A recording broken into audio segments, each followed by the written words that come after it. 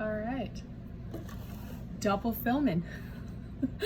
I have my phone and I have my camera.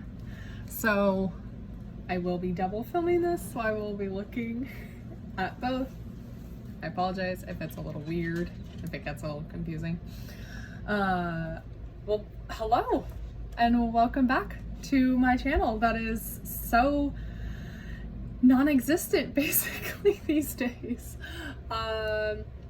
Let's see. Okay, so big update in life. A lot of stuff has happened. We moved from California to Louisiana. So amazing. It's been really such an incredible experience. The whole trip over was a ton of fun. Unfortunately, I spent too much time. I did have a whole trip planned out and we went through, there's so many things to see in Arizona, you guys. So going through Arizona, it was like, okay, we hit this, we hit this, we hit this. Arizona was basically a full day of like this, this, and this. And then we ended up being there too long. It took too much time off of our trip. So we didn't get to spend time in San Antonio like I had wanted, but I still got to make a full trip out of it, and I'm still hoping to upload that video eventually because it is on my camera, which is another part that I'll get to in a minute. But yeah, guys, incredible experience. If you have a chance to take a road trip on the I-10, do it. It's pretty interesting. There's a lot of really fun things along the way. My favorite personal part of the whole trip was Tombstone, Arizona. And I got some pretty good footage in that town. If you don't know about Tombstone, it's from the movie Tombstone. And it's kind of one of those towns that is stuck in history. So they've really rebuilt a lot of it, but they tried to keep it to what it originally was. There's only, I believe, 1 or 2 buildings that are in the original state that they were and have just been kind of like, I want to say not refurbished, but preserved, I guess, to make sure that it does get to stay in its actual state. I guess they had a big fire in Tombstone. I did not know this. So it's a really awesome experience. If you ever get to go to Tombstone and you like towns that are like stuck in history, I highly recommend going. Josh and I had a great time. Let's see. Since we have gotten to Louisiana, it has been beautiful weather. Except for the other day, it was like 60 and that was already freezing. But there's so much to do out here. Even being in such a small town and in the middle of nowhere, kind of the middle of nowhere, we're still on a highway, but there's still just so much to do. It's absolutely crazy. So we go fishing every day and we're always up on the water, just checking things out, but we do fish a lot. We live right on the water, guys, and I'll show you tidbits of that. It's the coolest thing. Even if it's only like, I don't know, 4 feet of water, that's still so cool. I've never been surrounded by water in my life. I've always been a desert rat. So I absolutely think it's amazing. So with that being said, I mean, we've been very, very busy. Today I realized that it's been 4 weeks since I've been on quarantine. 4 weeks, guys. And I haven't done a dang thing. I've told myself every single day, you need to make a YouTube video. You need to make a YouTube video. You need to edit a YouTube video. Well, like I said in the beginning, I'm filming this on my phone and I'm filming this on my camera. I'm filming it on both in hopes that I will just get a video up on either one, whichever one works. Because at this specific spot that we're at, we don't have Wi-Fi. So it's kind of, I don't know what's going on, guys. Maybe I'm just super illiterate with technological things. I have no idea. But with that being said, my editing system on my computer is not working. I don't know. It won't play the rendering right, even though I click push rendering playback correctly video button thing. It doesn't play back right. And then I don't know what I'm watching. I don't know exactly what time to edit. So then I'm like, all right, I could upload 30 minutes of us doing nothing and saying nothing, like just random stuff. I could upload 30 minutes of you watching us put our laundry away, but you'd probably get bored and you'd probably click out, and then maybe the ending will have some good stuff. So I'm like, I'm just kind of at a loss. So my hope is to inevitably upload it on my phone while continuing to edit on my computer in hopes that I get more proficient with it and I understand what needs to be done. Hold on, guys. That's a skeeter. I don't like them in my house.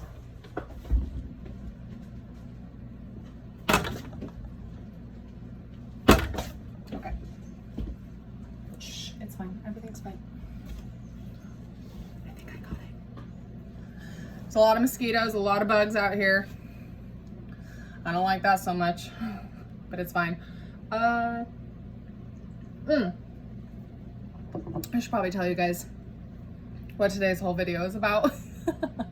Okay, so yes, I will be doing it on both in hopes that I will get better on my camera to be able to use it, because I absolutely love this camera. I think it puts out some great resolution, but until I get more proficient with it, I will be doing it on that in my phone. Okay, moving on. Today, I forgot what I was talking about already. I made a pro and con list about full-time RV living. So, the skater came back. Hold on. Got it. Okay. So, I have made the pros and cons list about full-time RV living. So, I just wanted to kind of give you guys this baseline if you are thinking about living in an RV full-time, as to things that you'll have to think about and the really awesome parts of it, the parts that you don't ever think of. So, as a pro, I have the minimalist living. You guys, minimalist living is not as hard as you think it is. I lived alone for years before this, and I had so much stuff. I had a whole apartment full of things, clothes, shoes, random beauty products. I work in the beauty industry. I've worked in the beauty industry for years, and I had so many beauty products, just little decorations, little knickknacks, everything. And it is incredible the feeling you have when you get rid of all your materialistic things and you get down to what you really need, what is essential. Right now, with everything that's happening with quarantine, people are talking about what's essential. And you really have a good idea of what is essential living in an RV full time. That's just kind of like the best that I can give you. I have one coffee maker. I don't know, people might have multiple of those. We don't have overflowing food that is not going to get eaten because we don't have room for it. That's a really good example. I know in a lot of places people just buy food, and you go to people's houses and they have so much food. Everything that's in our fridge gets eaten every single week. We have basically an empty fridge. Freezer, we do keep things in the freezer because we just kind of never want to run out of chicken or turkey. So we do continually have at least a couple things in our freezer, but that also gets empty. And our pantry that has our rice and our pastas, things like that. Like they are gone, and then we have to go shopping again. But it's incredible the things that you buy because you think you want it or you think you need it, and then it sits there forever. So you guys really like go through your things and think, what do I really need? What is essential? If you don't use it for 3 months, do you need it? Is it an essential to you? And if that's a no, then maybe that's the one thing you can get rid of. And then that's one less thing that you'd have to go and bring into your RV.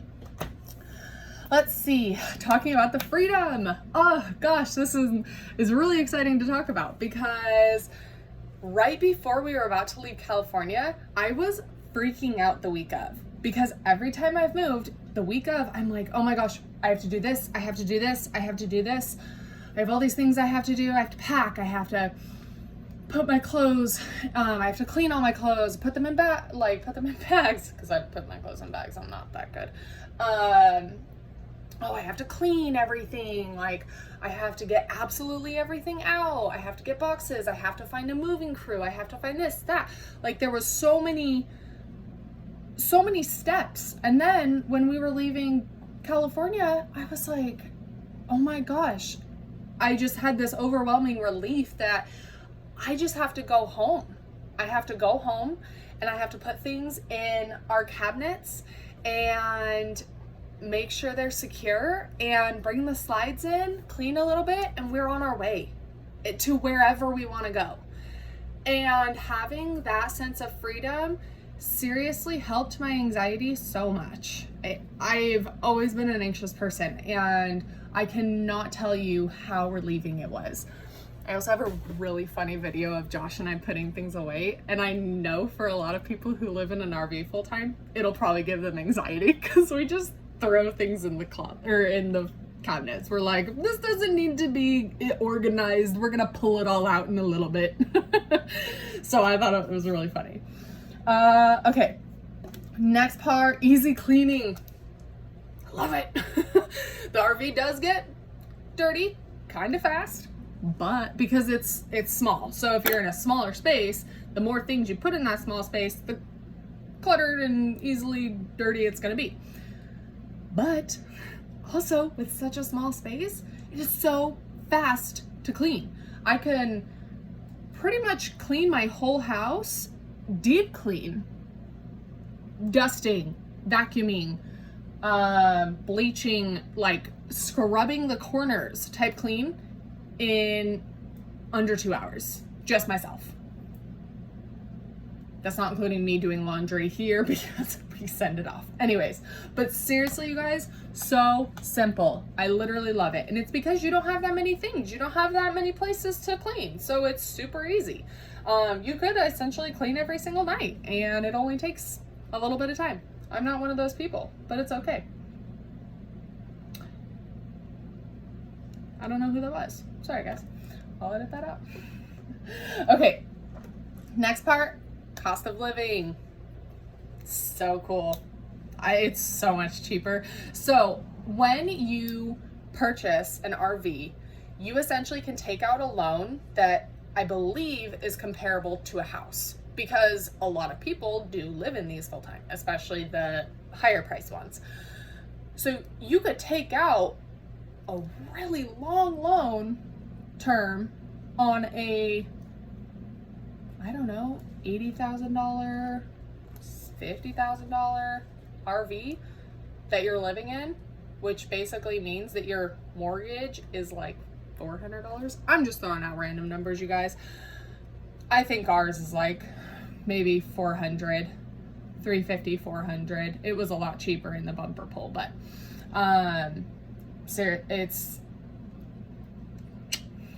pretty cool. So you have that, and then usually RV slips, like wherever you want to park it, as long as you're, I mean, you can go very, very nice. It's all a variable, you guys. It depends on what RV you get. It also depends on where you stay. So you can boondock, which basically means that you free ball it.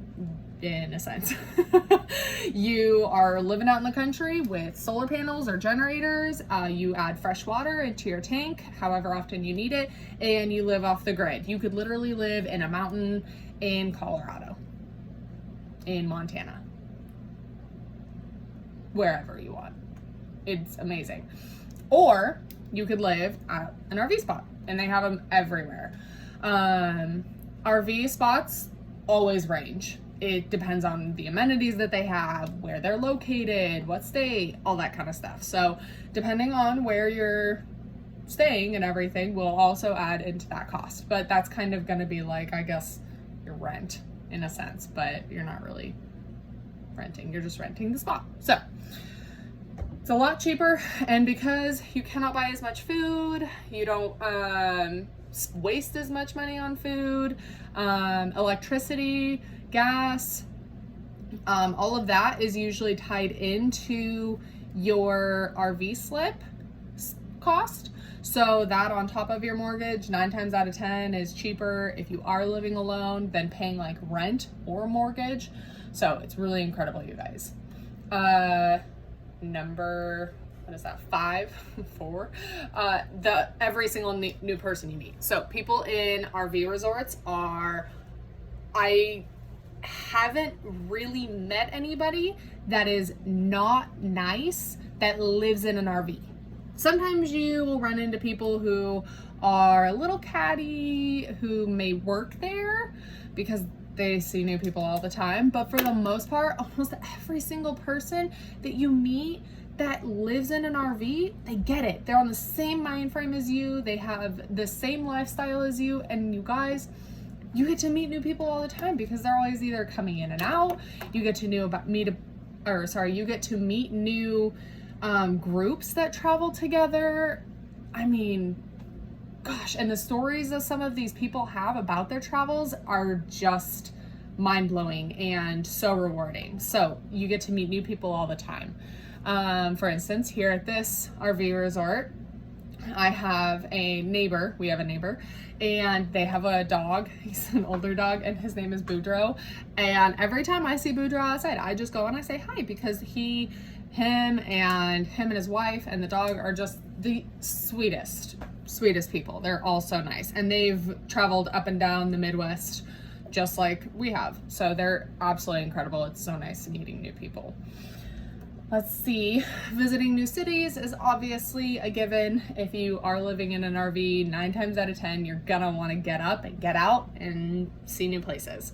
So that's always really fun as well, is seeing cultures and seeing how different cities, I don't know, set up everything, and like the cost of different cities. That was very big difference from us coming from the West Coast over here. We were like, you're charging us how much for our snacks? You're sure you got all of this? You rung all of this up? Okay, we'll take it. So that's kind of, you can see the difference of cost. Last thing is that you are unique. You walk up to somebody and you say, or you get talking with someone and they say, oh, where do you live? And you tell them, oh, I live in an RV full time actually. Or somehow it'll 9 times out of 10 get brought up.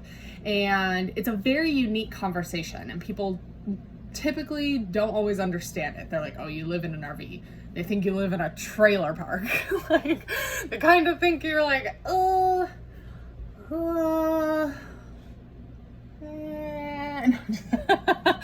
but I'm not kidding. A lot of people do. They think about living in a trailer or whatever, and you don't. Our RV literally looks like an apartment or a house, but bigger. Very nice. Very nice. So it's very crazy to shift people's minds with that when you show them and when you talk to them about it, and then they really find you to be inspiring sometimes, in a sense, because you are so free. And a lot of people don't have that. They do love roots. They love stabilization, which I do too. A lot of people do, but at the same time, it's still so much fun. Okay, moving over to the cons. There's not a lot of cons. There's not, to me. But there are some. So cons is having anxiety about like the trailer breaking down while you're driving. That's terrifying. If you get one thing wrong, it could break everything. We've seen a lot of videos. We triple check everything, like, I don't know, 6 times. Like, we do 6 triple checks. Okay, are we good? Okay, we're just gonna go up a little bit. And then also, like, to me, I don't like breaking down the RV when we're about to leave. That's not fun. But that's, I mean, just like if you were to move. So that's normal. Let's see, appliances expense. So you do get a full year of warranty when you first purchase the RV, which is amazing, and you have the option of purchasing extended service plans, kind of like with a vehicle. But some appliances, because you're putting it in like a specific, what am I trying to say, guys? That you're putting it into that you're putting it into an RV, not a house. The RV is going to have specific measurements. There's the word, measurements. As opposed to like a house, you can move things around with the house. And with an RV, you kind of can too, but you really have to think that you're going into a much smaller space. So you have to compartmentalize. So sometimes finding those kind of appliances is really expensive. Like, we have the option of a washer and dryer hookup in our RV. We've not purchased one because purchasing singles is stupid expensive. And then purchasing the one that acts as both is basically just as expensive as buying separate ones. So we're like, okay, we just don't want to spend that money. We'd rather just go get our laundry done wherever once a week. So certain things like that can get really expensive just to tailor it to living in an RV, because it's going to act a little bit different. Not too much, but a little bit. This is a big one on my list. You can see I underlined it. Finding Wi-Fi. Oh yeah, here we go. Finding Wi-Fi. You guys, this is one of the primary reasons why I haven't been uploading videos, is because of Wi-Fi issues. It's hard. It's like Josh and I run off of our personal hotspots almost every single day to watch Netflix or Hulu or basically do anything. And the RV resort we're at right now doesn't have Wi-Fi. The last RV resort we were at had Wi-Fi, but there's like 70 people running off of it, so it's like, okay, that's useless. So I'm trying really hard to look into how to get Wi-Fi, but that's kind of one of the hard things, is that you do not have Wi-Fi, so sometimes it's harder to stream, sometimes it's harder to upload YouTube videos. Anyways, last con to me is the debate on either redecorating the RV and making it really tailored to you, and once again spending money to redecorate and then finding things that are going to be light because you don't want to add any more weight onto this, or just leaving the RV as is. Ours is a 2019, I believe, so I absolutely love it as is. But sometimes, I just put in curtains and a new rug in our bathroom, and I'm like, wow, this looks so pretty. It looks so us.